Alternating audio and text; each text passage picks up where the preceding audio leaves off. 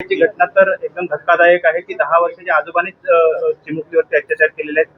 त्याबाबत आपण काय बोलायला इथेही आपण कुटुंबियांची भेट घेतलेली आहे. एकतर ही जी घटना पालघरमध्ये घडली तर त्या पीडितांच्या परिवाराशी आम्ही सर्वजण जाऊन भेटलो. सुनीलजी भुसारा आमच्या बरोबर आहेत, आमचे सर्व महिला पदाधिकारी आहेत, सर्व इथले कार्यकर्ते पदाधिकारी आणि सामाजिक कार्यकर्ते आज इथं आलेले आहेत. खरं तर ही घटना काल आणि परवाच्या मध्यरात्री ती घडली आणि काल संध्याकाळी म्हणजे ही घडली खरं तर आपल्या डहाणू तालुक्यामध्ये. पण हे जे काही परिवार आहे, कुटुंब आहे, हे पालघर तालुक्याचं आहे. जेव्हा ही घटना घडल्यानंतर हे कुटुंब तसं घाबरलेलं होतं, पण तरी सुद्धा ती जी मुलगी आहे, लहान मुलगी आहे, तिची आई असेल आणि तिची मोठी बहीण असेल, त्या लढवय्या आहेत.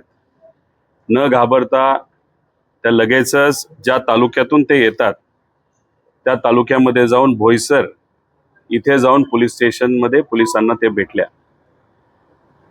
ते तिथे असले तरी घटना ही डहाणूमध्ये घडली, म्हणजे कासा या पोलीस स्टेशनच्या अंतर्गत.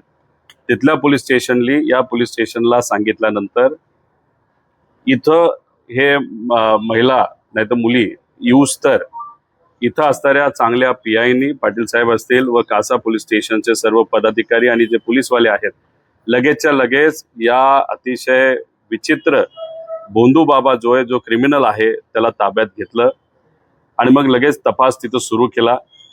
हॉस्पिटलला त्या मुलीला, लहान मुलीला आणलं. इथे असणारा जो दवाखान्यातला स्टाफ आहे ते सुद्धा कोऑपरेटिव्ह आहे. त्यांनी सुद्धा लगेचच्या लगेच जे काही स्वॅब घ्यायचे होते, ज्या टेस्ट करायच्या होत्या त्या सर्व टेस्ट केल्या. या परिवाराचं मत आहे, दुर्दैव असं की त्या जे पती आहेत, म्हणजे आई आहेत, या मुलीला, लहान मुलीला वडील नाही आहेत. लहान असतानाच ते वडील वारले, पण तरी सुद्धा हा परिवार तिथं लढतोय. त्यांचं एवढंच मत आहे की हे जो काही नराधमाने तिथं अत्याचार केलेला आहे, हा जो भोंदू बाबा आहे, त्याला मोठी मुलं आहेत. आणि काल इथं मोठा मुलगा जेव्हा कपडे घेऊन आला होता, तो वेगळ्या दृष्टिकोनातून नाही तर घाबरवण्याच्या दृष्टीने त्या मुलींकडे तिथं तो बघत होता. त्यामुळे पोलिसांना आम्ही विनंती केलेली आहे की कुठेही काही झालं तर कुणी धमकवलं नाही पाहिजे, या मुलींना प्रोटेक्शन त्या ठिकाणी तुम्ही द्या, आणि त्यांनी तिथं मान्य केलेलं आहे. पण आता आमचं एवढंच मत आहे की ही घटना घडली, पण या महाराष्ट्रामध्ये दिवसाला 24 बलात्कार त्या ठिकाणी होत आहेत. आता म्हणजे तासाला 1 बलात्कार तिथं दुर्दैवाने होत आहे. आणि पॉस्कोच्या केसेस जर आपण बघितला तर या महाराष्ट्रामध्ये 13,000 पेक्षा जास्त केसेस 2025 मध्ये झालेल्या आहेत. म्हणजे आत्ता मी तुमच्याशी बोलतोय तर 5-6 केसेस आता एका तासामध्ये तिथं झाल्या असतील. त्याच्याच बरोबर 50,000 पेक्षा जास्त विनयभंग नाही तर महिलांवरच्या अत्याचारच्या केसेस 2025 मध्ये एका वर्षात तिथं या महाराष्ट्रामध्ये झालेल्या आहेत. त्याच्याच बरोबर महिला आणि मुली या गायब होण्याचं प्रकरण बघितलं तर 1.5 लाखापेक्षा जास्त आहे. त्यातल्या काही सापडल्या. 30,000 अशा महिला एका वर्षामध्ये, त्यांचा अजून काही आतापत्ता तिथं नाहीये.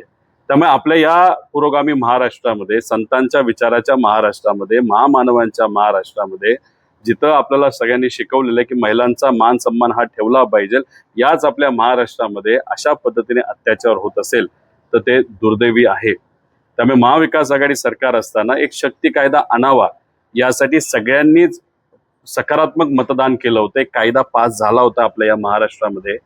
आणि काही वेळापूर्वी इथं गोरेताई आल्या होत्या, त्या सुद्धा अपर हाऊसमध्ये म्हणजे विधान परिषदेमध्ये उपसभापती होते, त्यावेळेस सभापती नव्हते. उपसभापती असताना त्यांनी सुद्धा तो कायदा पास केलेला आहे. पण दुर्दैव असंच केंद्र सरकारने तो कायदा स्वीकारला नाही, तो परत आपल्या महाराष्ट्रामध्ये पाठवलाय. त्यामुळे आमची मागणी आहे पुढच्या काही दिवसातच एक स्पेशल सेशन हे महाराष्ट्र सरकारने घेण्यात यावं आणि त्याच्यात हा जो कायदा आहे, शक्ती कायदा, तिथं पास व्हावा अशी सरकारला त्या ठिकाणी आम्ही विनंती करतो.